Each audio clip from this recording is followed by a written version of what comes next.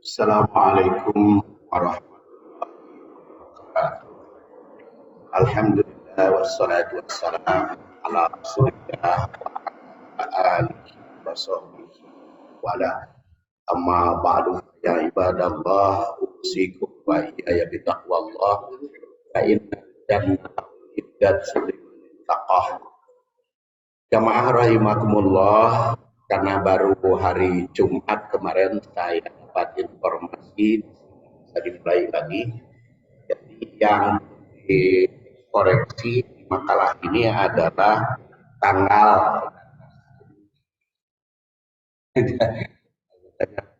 Aduh, si Bapak Maceng teh memberitahunya bukan hari Kamis.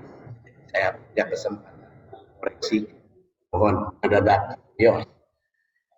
Makalahnya ada, tetapi masih di Alfitroh makalahnya dan tanggalnya, nggak apa-apa.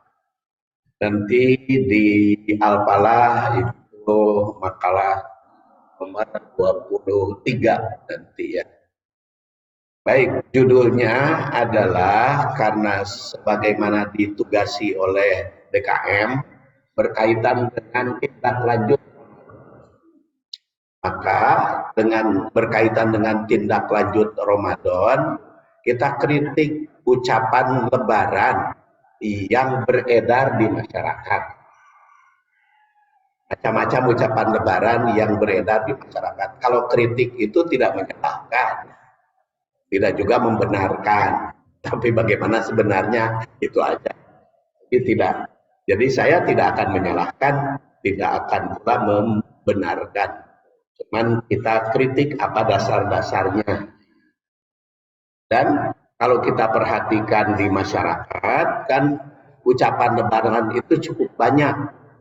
Ada minal aidin wal faizin, ada mohon maaf lahir batin, ada selamat hari raya, ada kembali kepada fitrah, kemudian kita kembali kepada kesucian, ada juga kullu amin wa antum bi khairin, ada selamat lebaran, ada taqabbalallahu minna wa minkum, ada Id Mubarak, ada Happy Id, bahkan ada spanduk tahun 2016 bertuliskan turut berduka cita dengan kepergian bulan Ramadan, itu tahun 1430. Spanduknya yang saya sempat potret ya.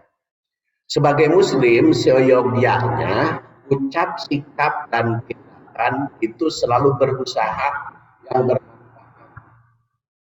Ucap, sikap, dan tindakan yang bermanfaat, baik dalam kehidupan duniawi manfaatnya itu maupun dalam kehidupan ukhrawi. Jika ucapan yang disampaikan kepada sesama muslim itu mengandung manfaat dan sangat berarti, maka akan bernilai ibadah. Walaupun hanya ucapan, kalau bermanfaat itu akan bernilai ibadah.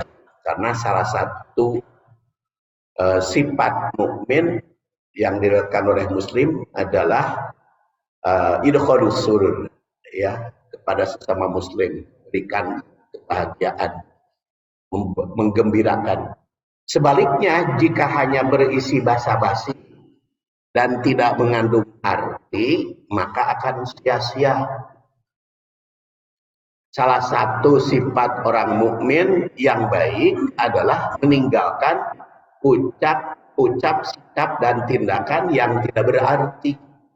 Karena diterangkan di dalam surat Al-Mu'minun, a'udzubillahi minasyaitonir rajim, walladzina hum 'anil lagwi mu'ridun.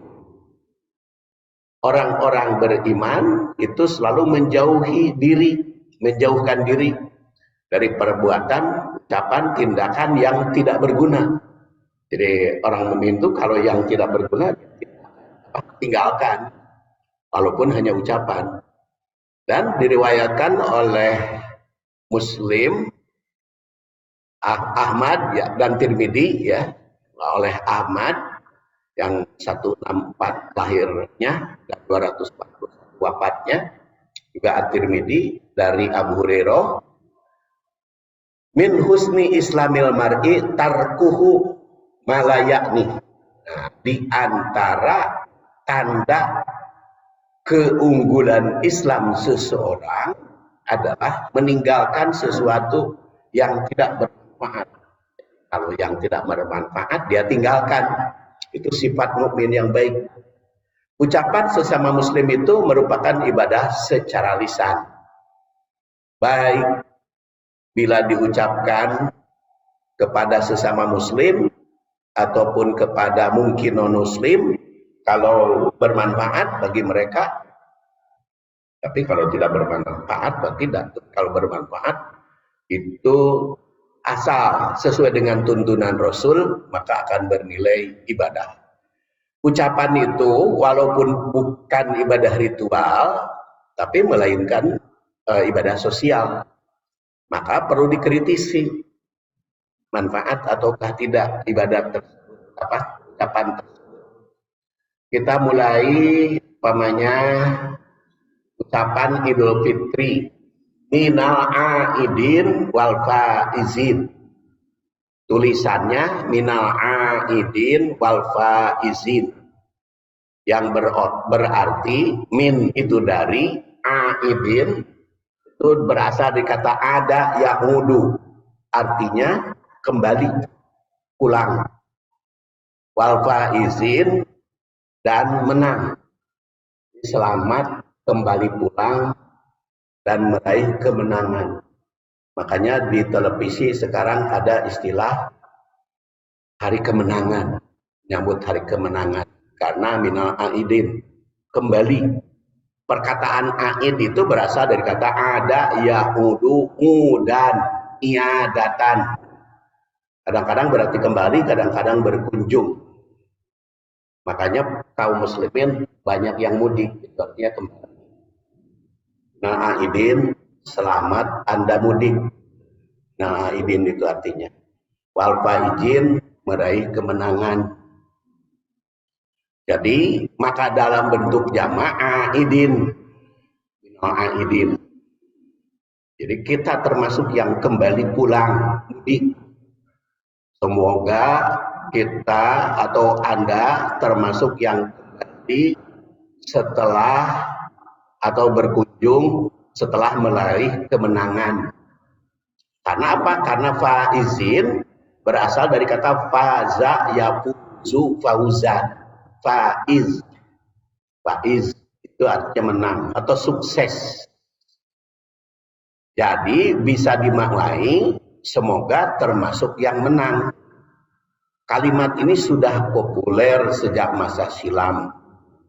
Yang belum diketahui sampai saat ini siapa yang pertama kali menyusun minal aidin wal faizin itu, tidak diketahui. Berasal dari mana? Jika ucapan ini diungkapkan para istri sahabat di tahun kedua hijrah, nikah. Dan sudah nikah. Jika diucapkan oleh para sahabat pada tahun kedua hijriah, jadi minal aidin teh selamat kembali setelah perang, wal faizin dan sukses. Jadi kalau diucapkan ke Beckham yang menang sepak bola di Thailand, kali ke Riung Bandung, minal aidin, Anda kembali ke Riung Bandung wal faizin dan menang 5-2 keduanya. Sepak bola, menang sepak bola, minal aidin wal faizin, cocok itu ke Beckham ucapkan minal aidin wal faizin. Nah, pulang dari si game itu apa namanya, Kamboja ke Indonesia wal faizin dan menang. Jadi bisa kepada ibu-ibu yang ditinggal suami karena perang, ya kembali. Nah, ini wal faizin. Juga ke Beckham tadi. Kenapa Beckham? Karena yang tahu aja namanya itu kebetulan orang Riung Bandung. Jadi perang Badar pada hari raya Idul Fitri, suhada perang Badar, dikembali ke keluarga masing-masing dan meraih kemenangan. Namun saat ini belum ditemukan hadis yang menerangkan bahwa istri pahlawan perang Badar teh mengucapkan, belum ditemukan dasarnya gitu. Keting pernah diucapkan dukating tidak ya. Dan ucapan tersebut sampai saat ini belum diketahui. Nah, apakah Idul Fitri 2 Hijriah itu adalah keluarga menyampaikan tahniah atau tidak pada para syuhada? Persoalannya, kalau kita ucapkan minal aidin wal faizin di hari Id, di hari Idul Fitri. Karena tadi maknanya semoga Anda kembali dan semoga meraih kemenangan. Persoalannya yang perlu dikritik, menang dari apa? Gitu kan? Menang dari apa? Tadi yang sepak bola, kalau yang perang. Nah, kita yang kembali itu menang dari apa?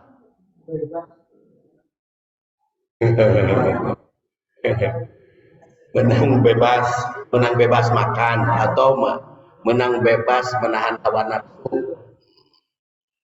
Tapi kan kalau menahan hawa nafsu mah selama bulan Ramadan cuman mengindahkan saja dari siang ke malam. Jadi makan sorenya pindah ke maghrib, makan pagi dan siangnya pindah ke sahur. Jadi sebetulnya bulan Ramadan itu bukan perang kita mah gitu. Kalau zaman tahun hijrah memang pernah terjadi perang Badar, tapi kita mah bukan perang. Kan memerangi hawa nafsu. Kan memerangi hawa nafsu mah tidak ada perintahnya. Yang diperintah itu memerangi orang musyrik kan. Jahidul musyrikin. Bi amwalikum wa anfusikum wa alsinatikum. Hadis riwayat An-Nasa'i. Diperangilah orang kemusyrikan dengan harta, lisan, tindakan, perbuatan. Kalau kan ada cenah perang hawa nafsu makan hadisnya maudhu. Roja'na min jihadil asghar ila jihadil akbar. Jihadun nafs, kita kembali dari jihad yang kecil kepada jihad yang besar, yaitu memerangi hawa nafsu. Kan hadis itu maudhu tenaon palsu. Ini tidak ada dasarnya. Memerangi nafsu. Jadi yang persoalannya kita perang dari apa? Kemudian yang kedua, Aid. Aid itu dari mana? Jadi kalau yang mudik mungkin, tapi Aid karena apa? Mungkin ada yang memahami Aid itu lebaran. Tapi kalau ada ya'udu, artinya kembali, itu harusnya ud masdarnya, bukan id. Jadi minal aidin itu artinya ya semoga kita termasuk yang kembali aja. Jadi bukan yang berlebaran. Nah, aidin itu kritik. Yang kedua, mohon maaf lahir batin, juga populer, utamanya di televisi dan di media massa. Mohon maaf lahir dan batin. Setiap mukmin diperintah untuk memaafkan kesalahan sesama manusia, kapanpun dan dimanapun. Karena firman Allah, a'udzubillahi minasyaitonirrajim, alladzina yunfikuna fis-sarra wad-dharra wal kadhiminal ghaidh wal 'afina minan nas wal 'afina 'anin nas wal 'afina 'anin nas wallahu yuhibbul muhsinin. Orang mukmin itu orang yang menafkahkan harta baik di waktu lapang maupun sempit. Seperti di Idul Fitri, menjelang Idul Fitri, kita menafkahkan zakat fitri, sedekah fitri, menafkahkan harta baik di skala luas ketika kaya maupun sempit. Karena zakat fitri itu diharuskan kepada orang yang punya kemampuan makan. waktu Idul Fitri itu sudah wajib. Tapi kalau dia punya makanan untuk hari Lebaran, ada lebihnya dari makanan, itu sudah wajib zakat fitri itu. Nah, maka infak itu dilakukan kapanpun, dimanapun, baik di kala susah maupun di kala bunga, suka maupun suka. Wal kadhiminal ghaid, dan menahan amarah, wal afina 'anil nas, dan memaafkan sesama manusia. Jadi sesama manusia itu bagus saling memaafkan. Wallahu yuhibbul muhsinin, Allah itu mencintai orang yang ihsan. Persoalannya yang kita kritik, jika mohon maaf dilembagakan pasca ibadah Ramadan, menimbulkan pertanyaan, apakah selama Ramadan itu kita banyak melakukan kesalahan kepada sesama manusia, sehingga mohon maaf batin. Mana orang kata bersalah selama Ramadan, maka mohon maaf lahir dan batin. Ya, memang minta maaf bukan hanya dilakukan setelah berbuat salah, tapi mengapa pasca Ramadan dilembagakan mohon maaf lahir batin nanti? Bukankah selama Ramadan banyak amal ibadah, baik yang sifatnya ritual seperti saum, tilawah, Al-Quran, tarawih, serta ibadah sosial seperti banyak memberi bantuan pada sesama. Bahkan ada yang ibadah nilainya lebih unggul dibanding iktikaf 1 bulan di Masjid Nabawi. Itu membantu orang miskin, membantu orang yang butuh bantuan, kita bantu. Itu lebih unggul dibanding iktikaf di Masjid Nabawi selama 1 bulan. Jadi memang unggul itu hadis riwayat At-Tabarani 4 tahun 300. Padahal kita juga ibadah sosial di bulan Ramadan itu, tapi kenapa? Mohon maaf lahir dan batin. Upacara pemaafan pasca Lebaran itu persoalannya. Mohon maaf lahir batin kapanpun kedah. 3, kembali kepada fitrah, kembali kepada kesucian. Kita sering kita dengar, kembali kepada kesucian.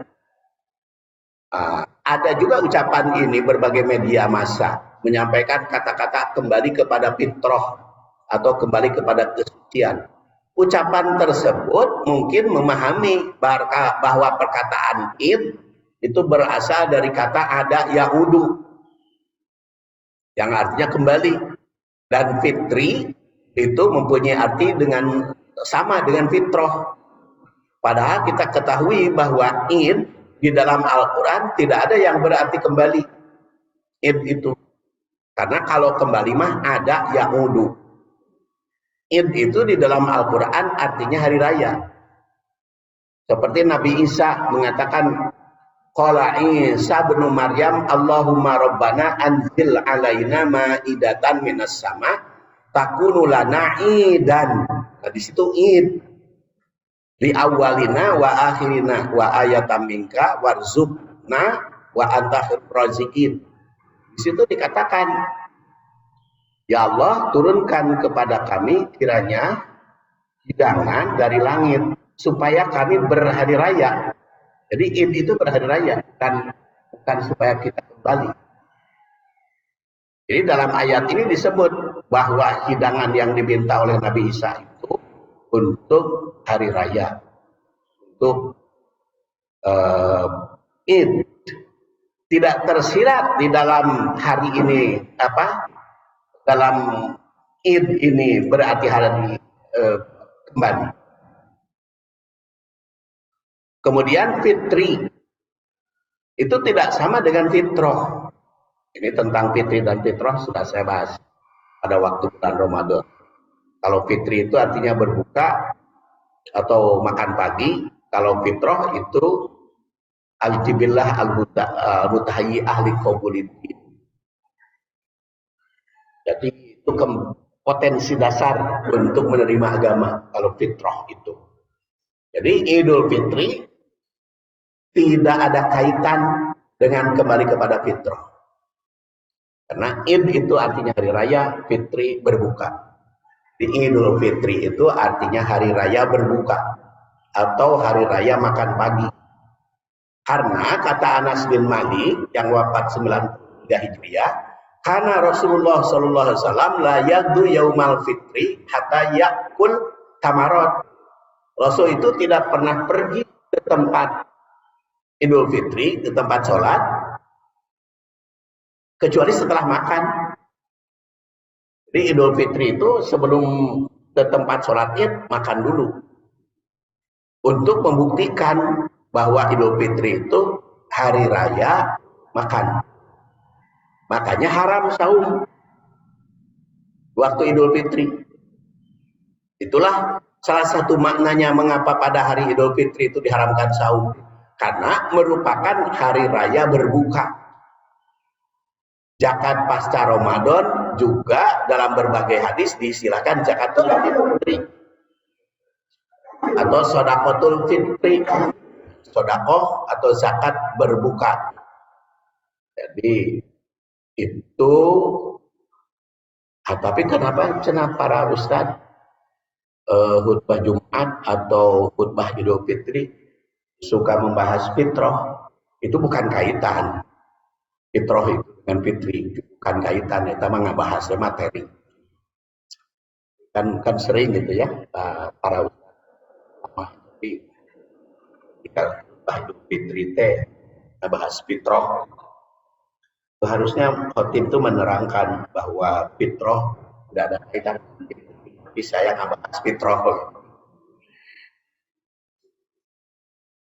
Kemudian yang keempat, kullu amin wa antum bi khairin.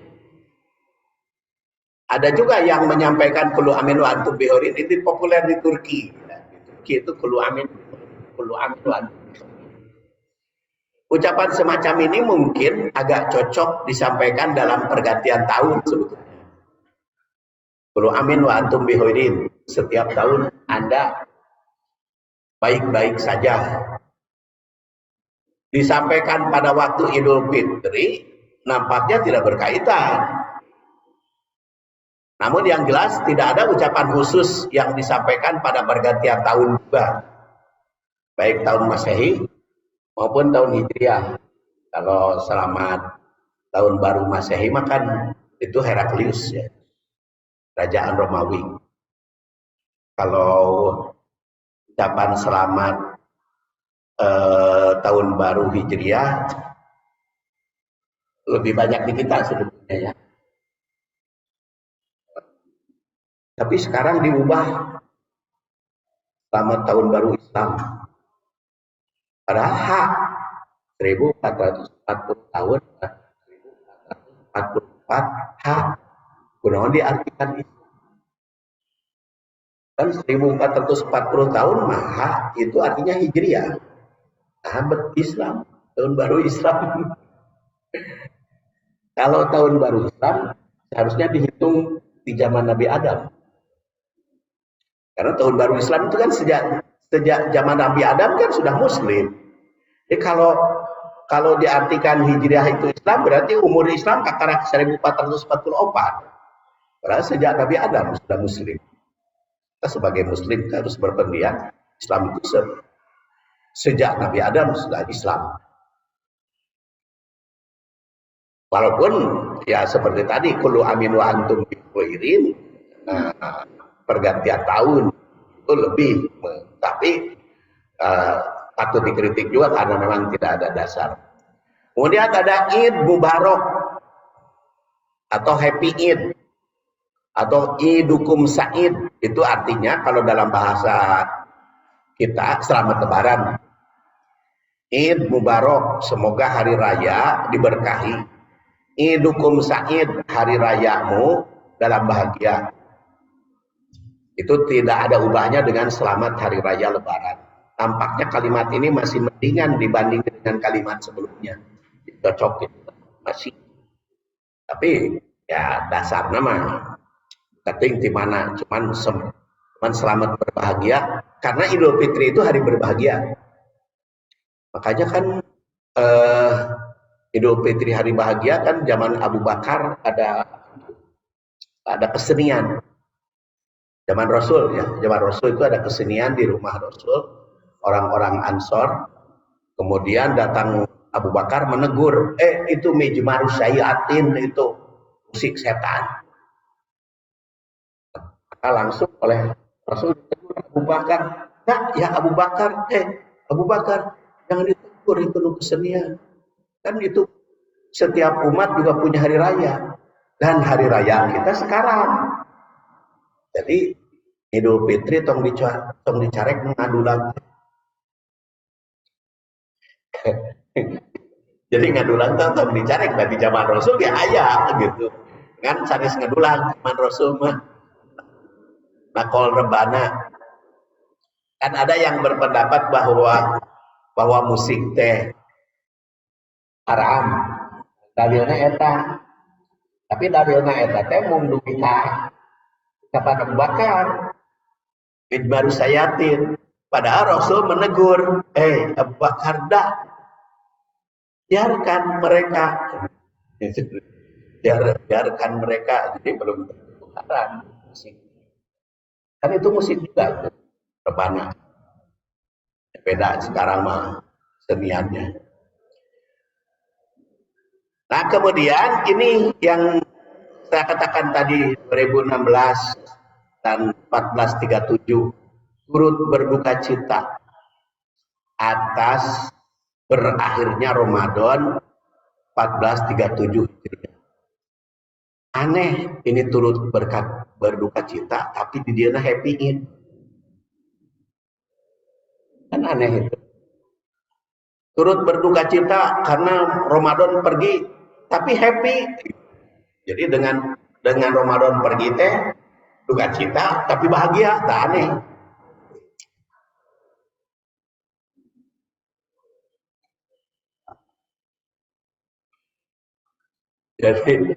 Jadi ini tahun 2016 ini, tapi sekarang sepanduknya nggak ada lagi.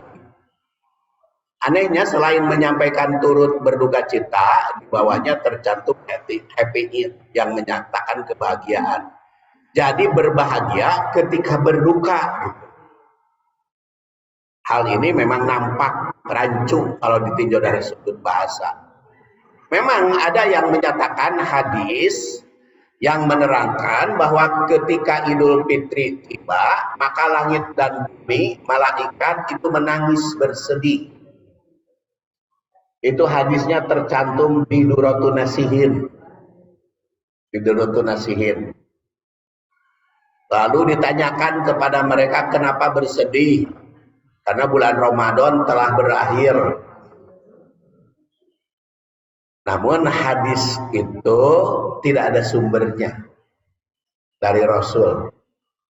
Itu yang saya temukan baru satu di Nasihat saja.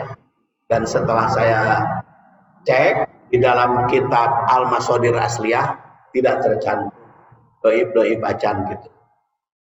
Jadi itu makanya ada yang berkomentar la aslalah. Tidak ada asal usulnya di situ. Jadi makanya jangan dijadikan dasar itu langit dan bumi menangis ketika Ramadan berakhir. Enggak. Dan ada juga yang mengatakan kan lau ya'lamul ibad, andaikan hambaku tahu tentang bagusnya Ramadan, maka akan berharap selama 1 tahun itu Ramadan semua. Itu juga sama, mau tuh hadis palsu. Ucapan itu merupakan hadis maudhu atau hadis palsu. Jadi tidak bisa jadikan dasar. Doibnya itu oleh doibut tarhib buat targhib. Juz 1 halaman 149. Jadi kalau begitu hadis Kalau begitu Idul Fitri itu bukan hari bersedih, tapi hari berbahagia. Dan memang tak ditandaskan di dalam Quran. Walitukmilul iddata walitukabbirullaha ala ma hadakum wa la'allakum tashkurun. Mudah-mudahan kalian menyempurnakan.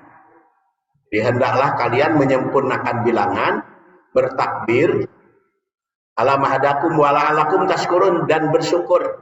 Jadi pengunci ayat ini jelas memerintah umat agar bersyukur pada Allah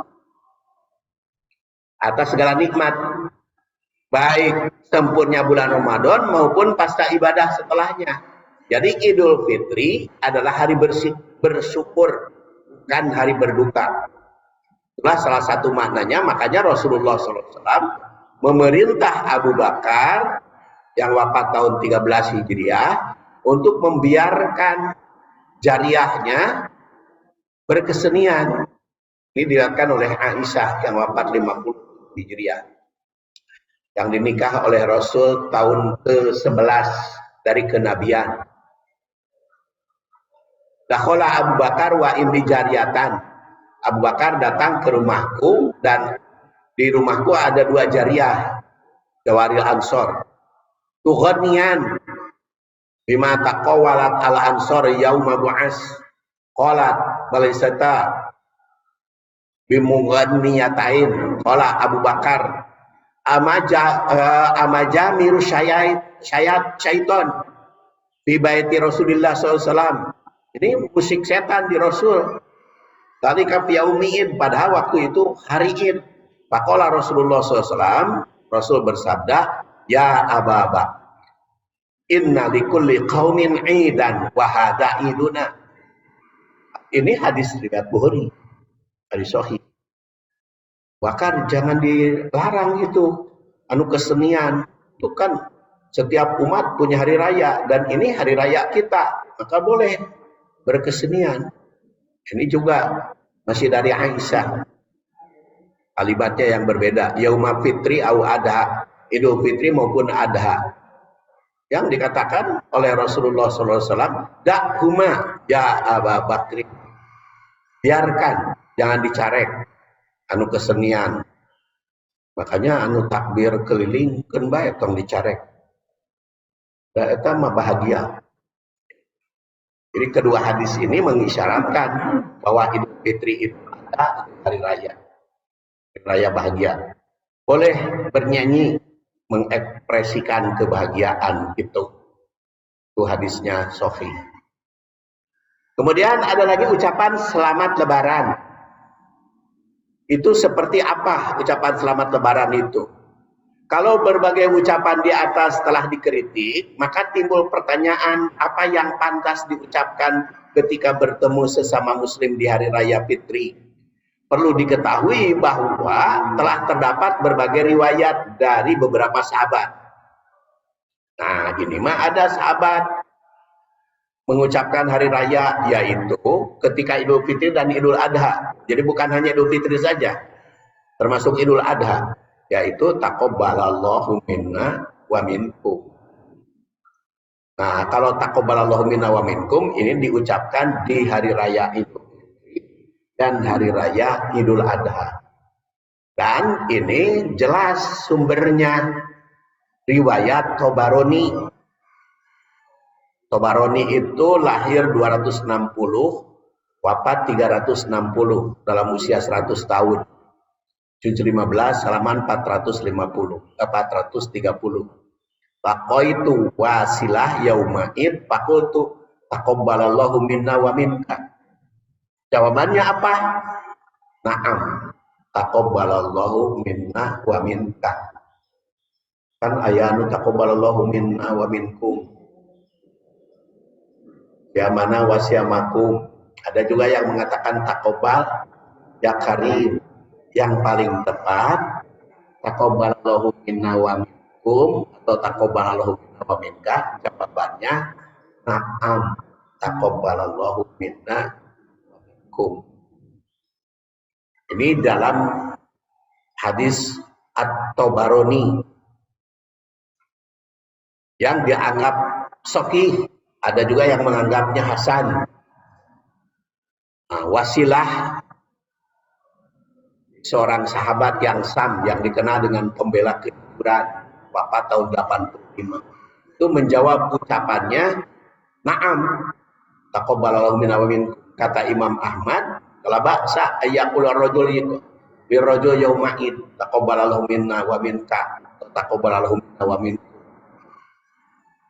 Jadi ini yang menurut saya paling tepat ya diucapkan karena ada sumbernya.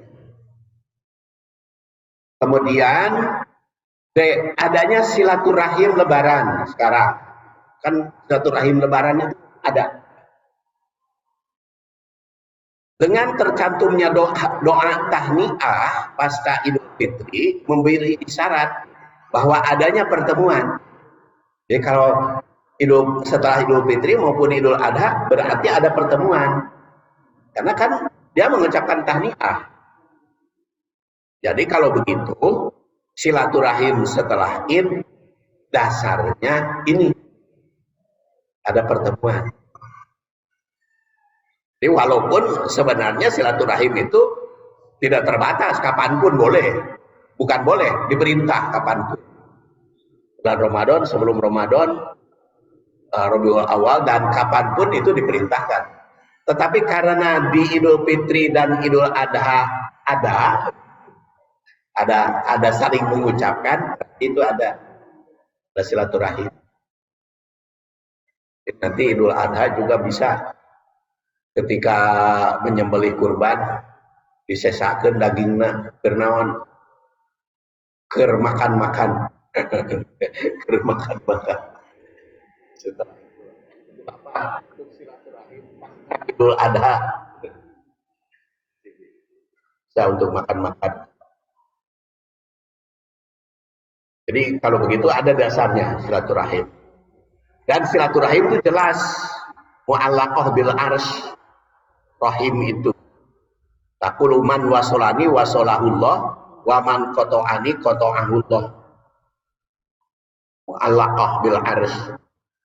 Oleh karena itu kita ucapkan taqabbalallahu minna wa minkum dan kualitaskan silaturahim. Itu menurut saya ada dasarnya. Kalau yang lain-lain ada diskusi. Dan langkah silaturahim mulai dari syukur kepada Allah dan kepada orang tua. Wa wassaynal insan biwalidayhi hamalathu ummuhu wahnan ala wahnin wa fisaluhu fi amain anishkurli wali walidaika ilayal masir. Jadi kalau tadi la'allakum tashkurun, pasca Idul Fitri itu la'allakum tashkurun, bersyukur. Bersyukurnya ke siapa? Kepada Allah. Dalam surat Luqman ayat 14, anishkurli wali walidai, dan kepada orang tua. Jadi, kepada orang tua harus diperintahkan bersyukur. Jadi Allah berwasiat, berpesan kepada setiap umat agar selalu berbuat baik kepada orang tua. Jadi silaturahim pertama kepada orang tua, kemudian kepada Allah pertama, kemudian kedua kepada orang tua, kemudian baru turunan yang lain. Kedua, turunan diutamakan, diriwayatkan dari Abu Hurairah yang wafat 57 Hijriah, ta'allamu min ansabikum ma tasiluna bihi arhamakum fa inna silaturahim mahabbatun fil ahl masratun fil mal mansya'atun fil lasar. Berdasar hadis ini mengkualitaskan silaturahim karena judulnya kan kritik ucapan lebaran dan kualitaskan silaturahim. Dalam hadis ini terkandung pelajari turunan. Jadi turunan itu diwinci, harus ulah paremen obor. Ya, harus tahu turunan kita. Silsilah. Bulan. Nah, kumaha ziarah kubur. Hari ini mah kanu hirup. Upami ieu mah kanu hirup ta'alamu min ansabikum, pelajaran ka orang yang sudah meninggal. Jadi ziarah kubur mah kapan saja. Ayo tapi tukang tukang tukang bunga itu kan anak saya itu kan dua ya di kawasan Ujung Berung itu dekat kuburan. itu kalau mau pulang ke sini ke Riung Bandung teh hese karena jalannya pinuh kudu ziarah ke kuburan, katanya laku. Tapi perintah ziarah kubur kapan saja. Jadi kuntu nahaitukum an ziyaratil kubur ala fajurba. Aku dulu melarang ziarah kubur. Tapi itu tidak terbatas kapan. Tidak terbatas Idul Fitri, Idul Adha, atau mau Ramadan, kapan saja. Saja. Jadi, tapi pelajari turunan mah. Tidak ulah paremen obor gitu. Jadi, saya ini turunan siapa? Bapak saya Ahmad Satibi. Ahmad Satibi putranya Muhammad Karta putranya Haji Ilyas. Ilyas putranya Haji Ibrahim. Itu teh tahu silsilah supaya apa? Kalau apa kan? Haji Ibrahim itu siapa? Eta nu katikang munara Masjid Agung Cianjur kan, menaranya jatuh dulu. Nah, katinggang Haji Ibrahim teh naon kan buyut ya. Di luhur buyut teh naon? Bau. Ya, bau. Kemudian yang kedua, silaturahim mesti menumbuhkan rasa cinta. Silaturahim itu menumbuhkan rasa cinta bersama. Kemudian jauh kebencian. Jangan menimbulkan kebencian. Kembangkan kualitas ekonomi. Dengan silaturahim itu ekonomi harus maju. Kan bisa saling tukar informasi, saling membantu.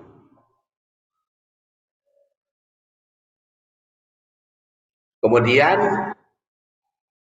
kualitas ekonomi kelima, silaturahim itu mesti bermanfaat untuk memanjangkan usia. Karena di situ mansaatun fil asar. Silaturahim itu harus bermanfaat memanjangkan usia. Itu kualitasnya. Kemudian kualitas ketiga, permaafan bagi yang berbuat salah. Wabima rahmatin minallah lintalahum. Ayat ini berkaitan dengan perang Uhud. Jadi ketika perang Uhud itu kan ada yang melanggar apa yang diperintahkan oleh Rasul, tidak boleh meninggalkan markas. Tapi ada yang tetap, sehingga sahabat itu malu, tidak mau mendekat kepada Rasul, berjauh. Ini oleh Rasul ditegur, jangan jauh-jauh dan dimaafkan. Jadi permaafan waktu perang Uhud itu dipuji oleh Allah Subhanahu wa taala. Maka berdasar ayat ini saling sayang menyayangi. Itu fabima rahmatin minallah. Jadi silaturahim itu harus menimbulkan sayang menyayangi. Kedua, berucap dan bertindak lemah lembut pada sesama muslim, lintalahum. Ketika jangan keras kepala sehingga menjauhkan orang.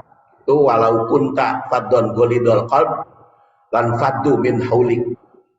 Kemudian memberi maaf karena di situ fa'fu anhum wastaghfir lahum. Kemudian yang kelima, banyak bermusyawarah, wasyawirhum fil amri. Itu oleh bapak-bapak bisa dibahas waktu acara silaturahim. Kemudian keenam, berpegang teguh kepada kesepakatan yang dimusyawarahkan. Faida azamta fatawakkal 'ala Allah. Ketujuh, mengembangkan tawakal. Innallaha yuhibbul mutawakkilin. 7 langkah berdasar surat Ali Imran ini. Kemudian saling mengingatkan. Kualitas silaturahim itu harus saling mengingatkan. Karena wal mu'minun wal mu'minat ba'dhum awliya'u ba'din ya'muruna bil ma'ruf wa yanhauna 'anil munkar wa yuqimuna shalah wa yu'tuna zakah wa yuti'una Allah wa rasulahu ulaika sayarhamuhumullah innallaha azizun hakim. Berdasar surat At-Taubah ini, silaturahim itu saling melindungi, saling menyayangi, saling bantu. Kemudian menegakkan amar ma'ruf yang segala dianggap baik oleh syariah dan akal. 3, mencegah munkar, yaitu yang dikenal buruk. 4, menegakkan sholat.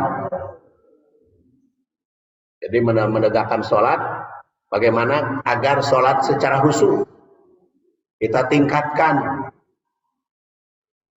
Makanya imam harus memaklumi makmumnya agar khusyuk. Ya. Jadi imam itu harus mencoba bagaimana agar ketika sholat itu makmumnya khusyuk. Karena makanya Rasulullah SAW kan pernah didatangi oleh sahabat. Ya Rasulullah, saya teh mau sholat didinya teh berat, mau berjamaah ke situ teh. Kenapa? Karena Abdurrahman bin Auf. Kenapa Abdurrahman bin Auf kamu berat sholatnya? Panjang teuing bacaan. Rasul negur Abdurrahman bin Auf, kamu jangan panjang-panjang. Itu kan makmum kamu itu ada yang hati-hati, ada yang lemah lutut, fiksi bapak ini. Ada yang lemah lutut, walaupun lemah yang nah, jadi kalau kita sedang sholat, imamnya panjang teuing, cangkel tuhurna, duduk aja dulu, nanti berdiri lagi mau rukuk boleh aja. Tetapi imam kata Rasulullah ke Abdurrahman bin Auf ditegur, jangan panjang-panjang. Saya juga kalau saya jadi imam, saya sendiri juga nggak tahu kualitas di sini teh Pak. Panjang pendek, panjang imam pendek imam teh sakumaha, bukan imam pendek.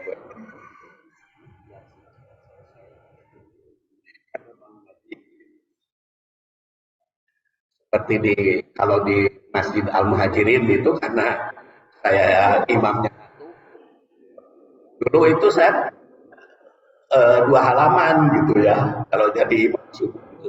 Tapi karena ada ibu-ibu yang usul, Pak, saya berat katanya kalau terlalu panjang, ya sudah 1 halaman aja 2 rakaat sesuai dengan. Jadi kehusuan sholat itu sesuaikan. Hanya dari satu segi imam teh panjang, dari satu segi harus hormat kehusuan. Nah, di situ diusulkan, jadi jangan dibiarkan saja kalau imamnya terlalu panjang, ya ditegur. Jadi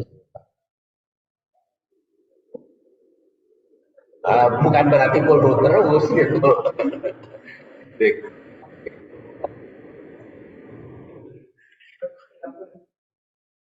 Jadi ya itulah diukur sesuai dengan itu tegakkan sholat ya. Jadi tegakkan sholat tentu saja bukan hanya ritualnya, tapi juga sosial manfaatnya kepada umat ya. Kemudian mencegah perbuatan munkar, menegakkan sholat tadi, menunaikan zakat, silaturahim, memanifestasikan zakat. Kemudian menaati Allah secara disiplin dan mengikuti sunnah Rasul. Kemudian yang kelima, memberi manfaat kepada umat. Ini yang saya tulis, apa yang saya sebut hadis ini. Ahabun nas ilallahi ta'ala anfa'uhum linnas. Silaturahim itu harus memberi manfaat kepada umat. Karena anfa'uhum linnas itu paling dicintai oleh Allah. Kedua, ahabul amal ilallah sururun tudkhiluhu ala muslim. Memberikan gembira, ditahniah pada sesama muslim. Menggembirakan sururun tudkhiluhu ala muslim. Au taksifu anhu kurbah, membebaskan dari kesulitan. Takdi anhu dainan, punya utang terjerat pangmayarkeun. Au tatrudu anhu ju'an, yang lapar diberi dahar. Wala an si ma'a akhim fi hajatin ahabbu ilayya min an a'taqifa fi hadal masjid, yakni Masjidil Madinah syahra.